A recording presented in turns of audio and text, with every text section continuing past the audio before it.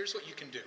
Take a nap, like an actual quiet nap, like not I'm just going to rest my eyes for a minute, but an actual lay down drool nap, that kind of nap.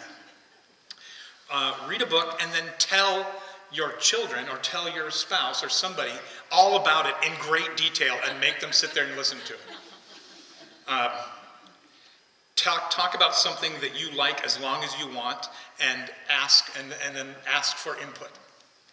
Ask anything. If your kids are around or if you talk to your kids or someone, this is your chance to really use Mother's Day to ask them anything you wanted to ask. And they have to tell you, like the golden lasso of truth on Mother's Day. And today, just definitely accept the gratitude as awkward and as incomplete as it might be. We can't put it into words, but thank you. So thank you, moms. We appreciate it. So now we're going to downshift weirdly and talk about wealth. We've been talking about ways Jesus is a revolutionary. And the main theme, what a revolutionary is, like we said, is not only something unique, oh, they're revolutionary, they thought of this new idea, but Jesus was counterculture. Jesus had this different way of living that he called everyone to that was contrary to the systems of the world. And we've talked about the upside-down kingdom, and we've talked about the example of Jesus and the clearing out the temple as what a great example of how he was going to change and call us to live differently than the world system. And the big one, one of the big ones, is revolutionary because of money. He has a whole different economy than the world that is not compatible with the systems of the world.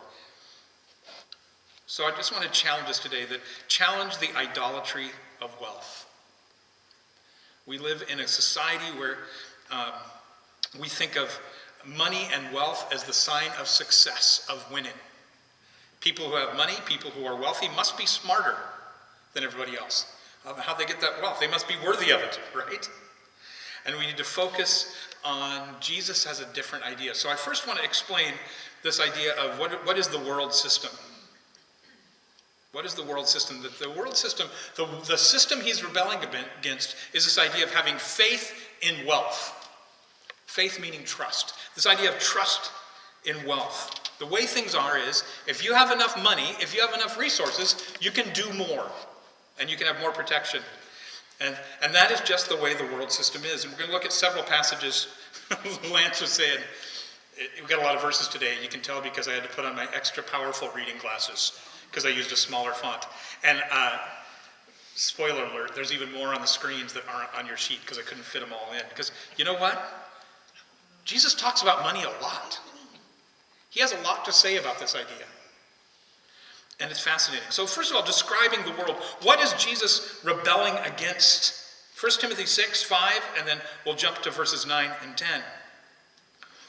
These people are always talking about people who are contentious, people who are fighting about stupid things. These people are always cause trouble. Their minds are corrupt, and they have turned their backs on the truth.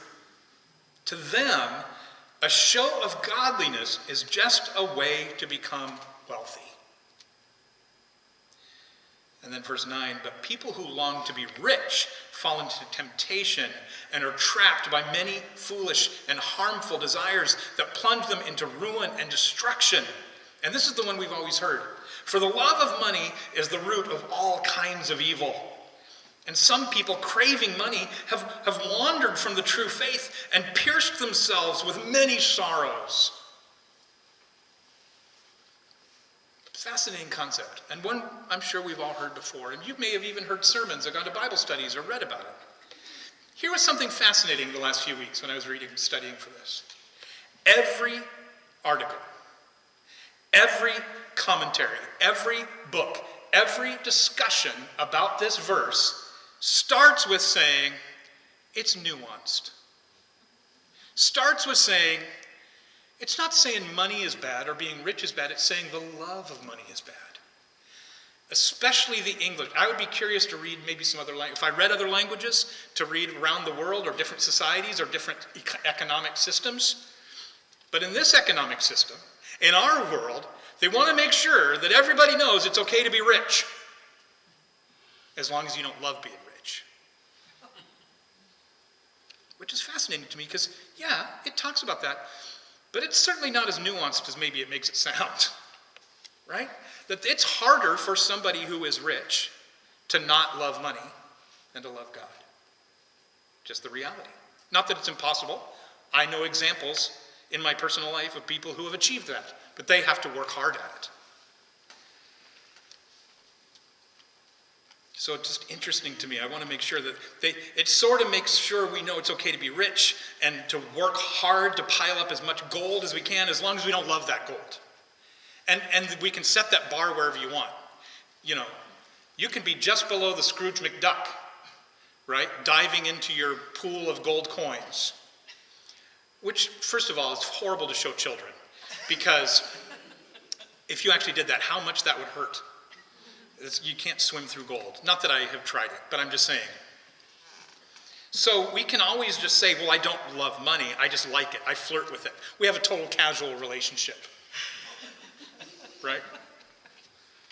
But our actions, our choices, our attitudes show what we love. Any other time we talk about love in the church, we say it's not a feeling, it's an action.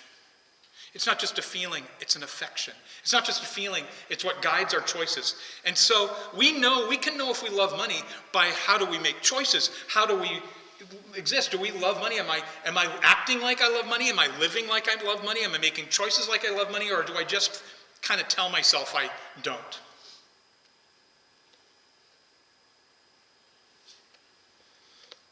We need to show that we love. It's over and over, a quote came popping into my head when talking about this, and often about other things, about evangelism and about living the Christian life and about how to share. And one of the ways to know if we love money or not is it's way more like charades than shouting, right?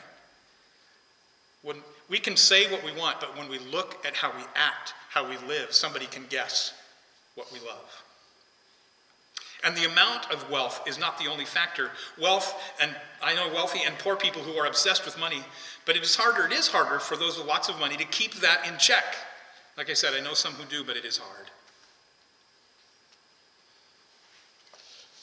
It talks about longing to be rich in that translation.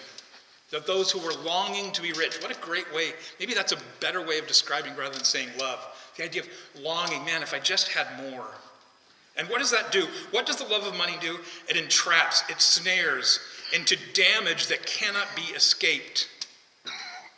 What does a snare do? If you've ever read Watership Down, any of you read Watership Down? It's a story about bunnies that involves a lot of bunnies dying and fighting. It's weird. I always tried to get my kids to read it, and they were always like, this is horrible. Why are you reading this to us? And one of the descriptions is a snare, just a simple snare, a simple trap that it gets caught in, and the harder they try and get away, the more it tightens around the neck. That is what money and longing for wealth does. It ensnares us. Because once you live that lifestyle, it's almost impossible to voluntarily lower your standard of living. Right? When was the last time someone got more money and said, you know what, I'm going to live less wealthy? The best example is the rich young ruler, a wealthy young man who comes to Jesus, and he looked religious, right? He was using godliness as a way to gain wealth. He's done all the things. He goes, I've done all the laws, I've followed all the rules, I've done everything. I just want to make sure. And when he was challenged with genuinely following Jesus, and not in a metaphorical way, not in a way that we would understand today where I'm following Jesus, I'm doing what he says, but like literally actually following him with his feet. And Jesus says, if you're going to follow me, if you're going to be part of the disciples, you can't have all that stuff. We're not going to have a wagon train behind us with a chariot full of your stuff. You got to give it all away and then follow me. And he went away sad. He loved his stuff, his wealth, so much he couldn't even give it up for Jesus right in front of him. He just could not imagine living that life after he tasted wealth. And then it talks about these harmful desires that get in the way of getting everything you want. Have we ever seen, how many times have we seen a documentary or a news report about somebody who wins the lottery or gets wealthy? How often does that end up well? And how weird are the super rich? Getting everything you want is never a way to show is never a way to better health, to living closer to God. It destroys us. It gives us harmful desires. Getting everything we want never works. Have any of you ever seen Willy Wonka? Right? You might turn into a blueberry.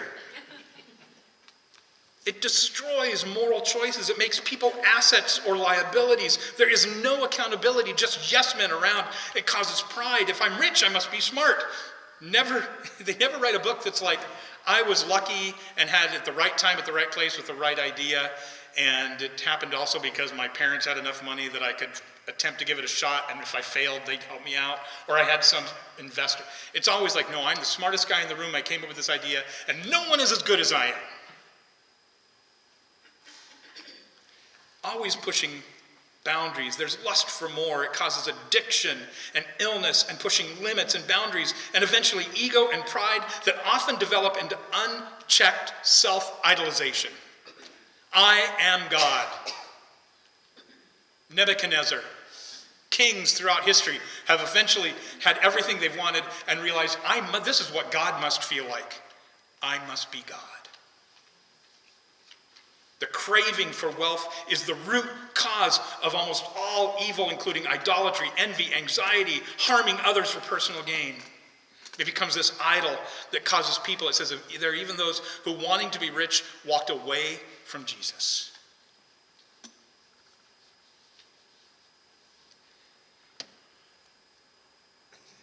The love of money, if we're honest, is the start and the root cause of so much evil in our lives and in our society. That's the world system. Get a little bit more. Matthew 6:19 and 24. Don't store up treasures here on earth where moths eat them and rust destroy them, where thieves break in and steal. In verse 24, no one can serve two masters. You'll hate one and love the other. You will be devoted to one and despise the other. You cannot serve God and be enslaved to money.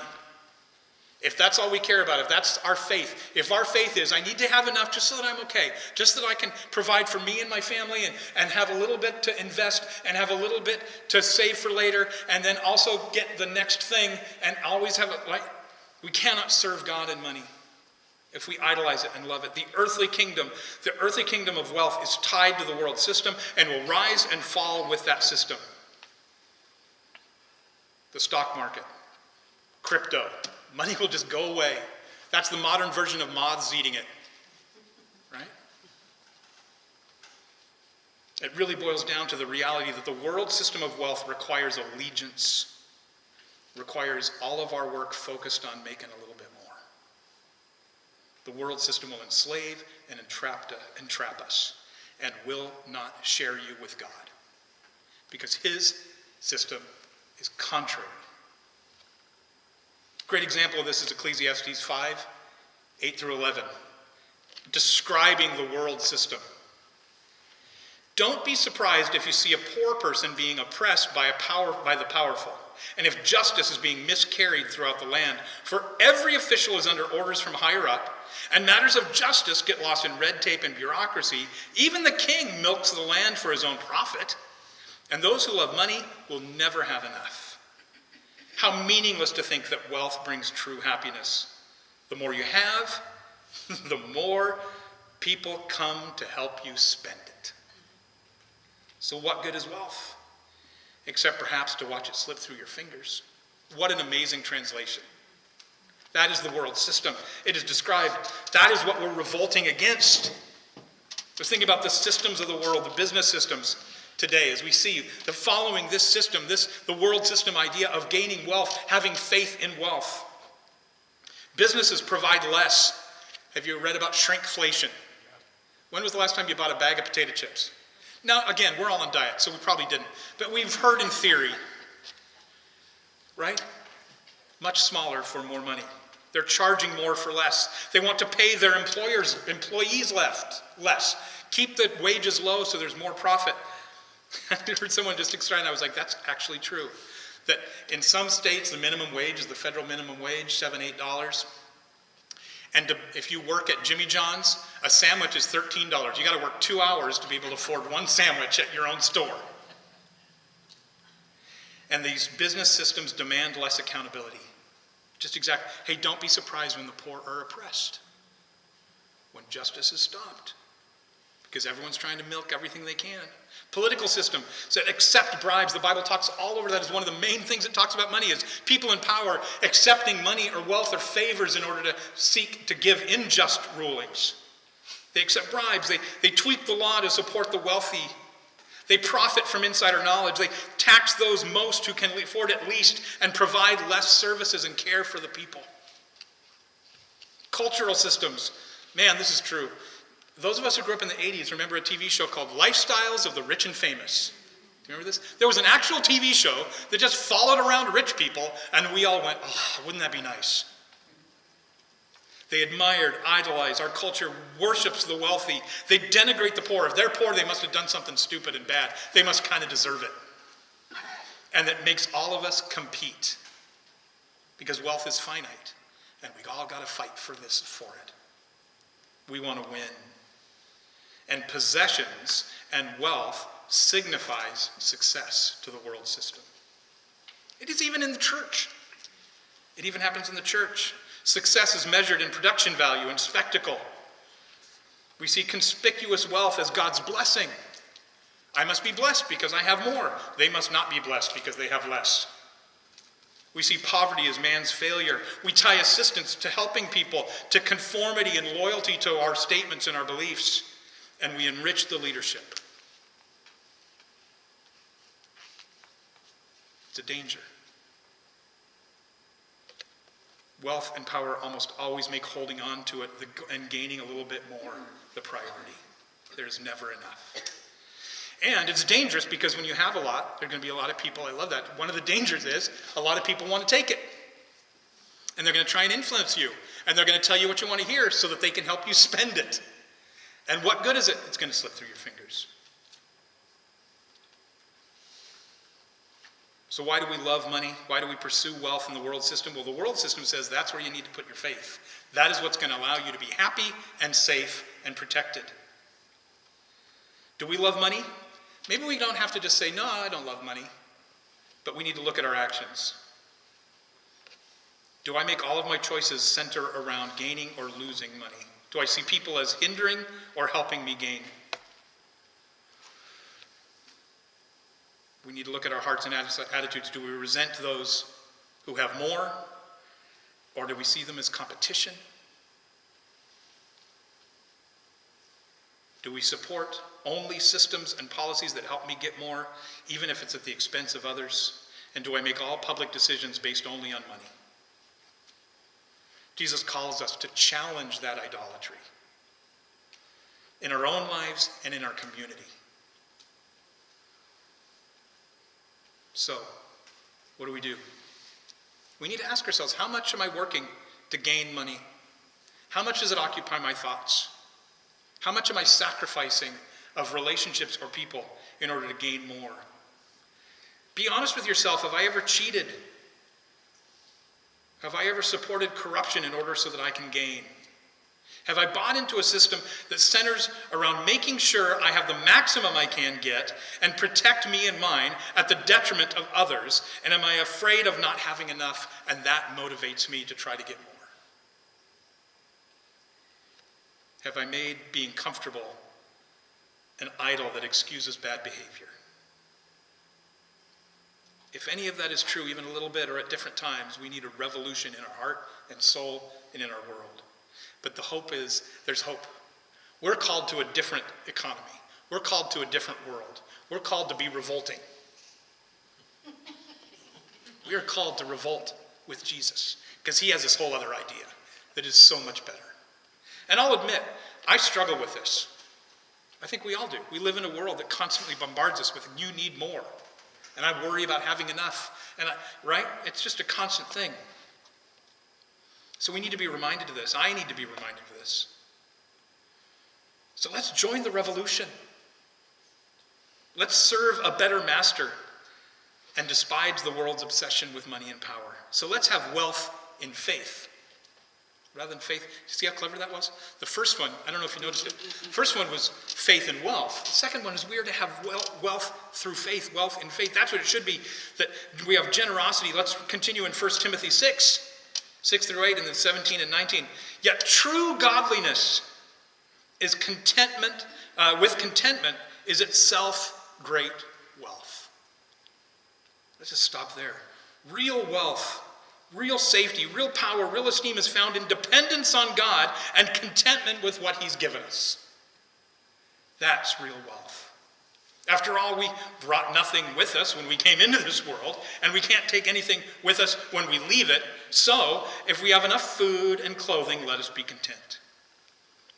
And then moving on, teach those who are rich in this world not to be proud and not to trust in their money, which is so unreliable. Their trust should be in God, who richly gives us all we need for our enjoyment. Tell them to use their money to do good.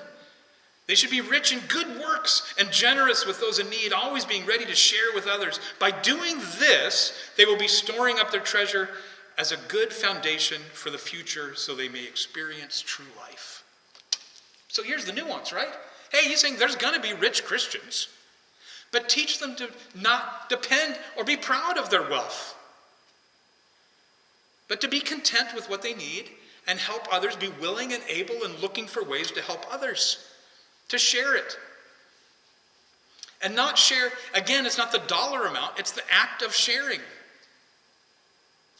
That is what the world will see. That's the charades of the world guessing. There's something different there. That's not a token. That's not giving away and making a big trumpet about, hey, look how great I am. It's giving away what is that causes real treasure. It's a generosity that experiences real satisfaction and enjoyment in life.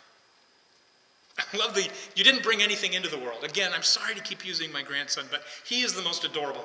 And so, he didn't bring anything into this game, other than being the cutest and the happiest child ever. But yeah, and then we've all experienced when someone passes, they don't take it with them. That old statement, you can't take it with you, no matter what the pharaohs said, right? So the contentment idea, I love that it's like, if you got enough food and you got enough clothes, you can be content. Of course, the definition of enough is where we stumble, right? How much do we really need? Right? That's changed because someone always wants to tell us we don't have enough. The rise of marketing and advertising in the world has made us think, I need just one more thing. I need one more thing. But I love that the Bible is saying, look, if you're covered and fueled, you're good. Right?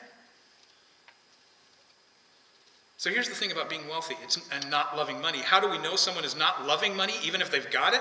It is possible, but what it looks like is they are not proud. When everyone is telling you that you're so smart and good looking and funny, they're trying to suck up to you so they can help you spend their money. People who refuse to allow that to make them proud.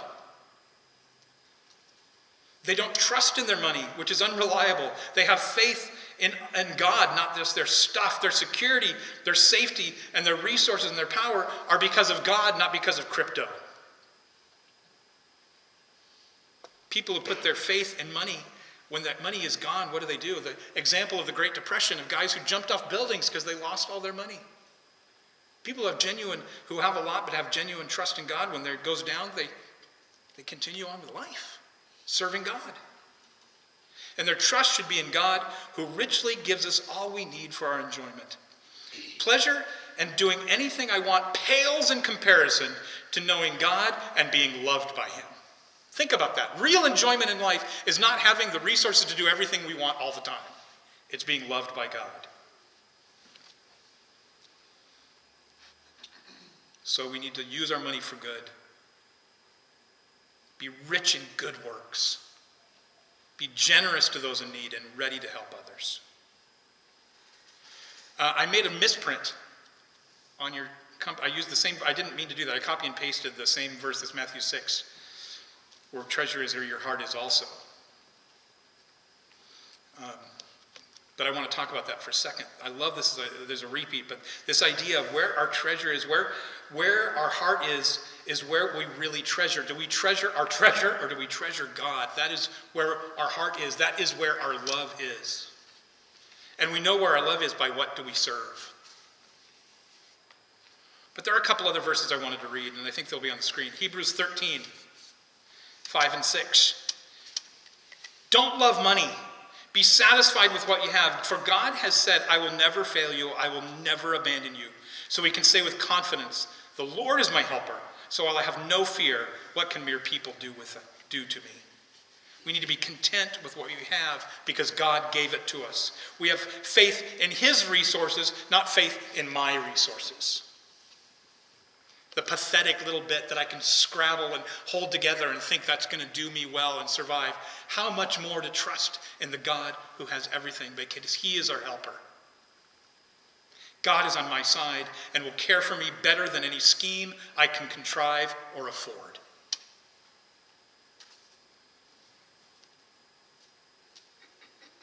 And I think, do I have 2 Corinthians 9 on there? 2 Corinthians 9, 7-9. You must each decide in your heart how much to give, this giving idea, that when we hold on loosely, when we have faith in God, when our wealth comes from our faith, then we're willing to give it away. You must each decide in your heart how much to give, and don't give reluctantly or in response to pressure. I'm sorry, I need my glasses, that was weird. For God loves a person who gives cheerfully, and God will generously provide you in your need. Then you will always have everything you need and plenty left over to share with others. As the scriptures say, they share freely and they give generously to the poor. Their good deeds will be remembered forever. So much of what the world system says is you need to make a monument to yourself so you're known forever. And here it's saying, you know who's really remembered forever? And I think remembered forever in heaven are the people who are generous with others. And this idea, man, this passage talks about, thank you for giving to the church. I appreciate that. But I know this is a group that not only gives to the church, but gives to each other and gives to others and cares. That's the way to do it. To do it privately, secretly even sometimes, to those who really need it. And hold loosely to help, whether that's with money or with time or with other resources. To be generous and not hoarding. Wealth is a tool when exercised right to help and freely used to help others, not as leverage over them. The world system says if you're rich, you can make other people do what you want. Jesus' wealth, Jesus' system, Jesus' economy says if you're rich, you can do this to help others.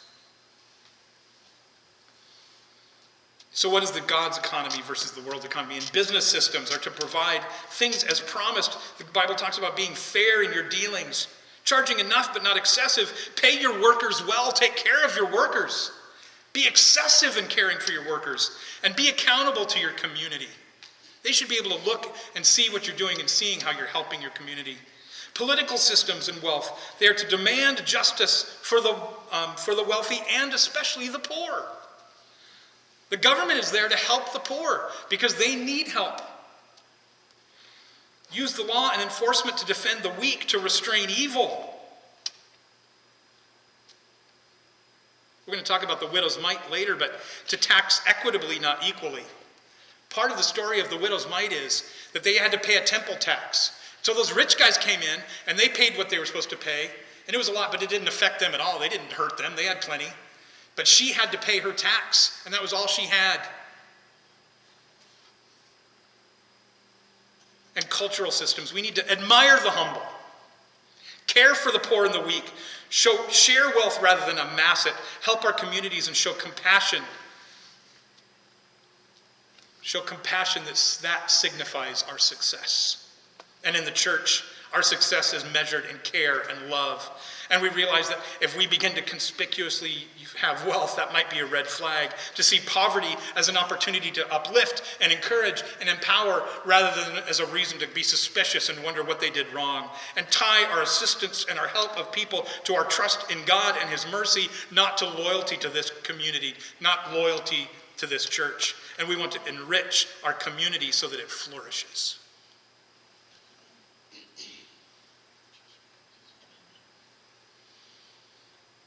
If we love God, we will love God and love his people. If we love God rather than money, we will support institutions and people rather than amassing wealth and protection for ourselves. We will desire what is best for others. We will desire what God desires. We will desire heaven on earth as it is in heaven, his kingdom, his upside-down kingdom here. And our goal should be rich toward God. Our goal should be being rich in our relationship and our knowledge of God, acting in justice and generosity.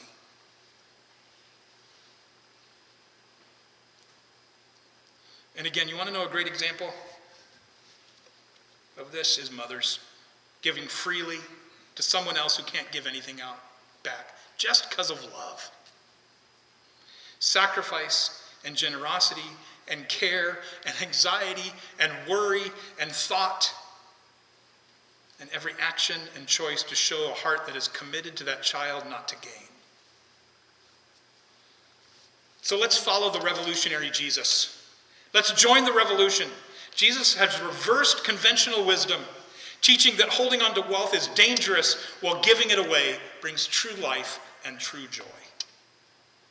We're going to skip the video. Let's pray, and then we'll close.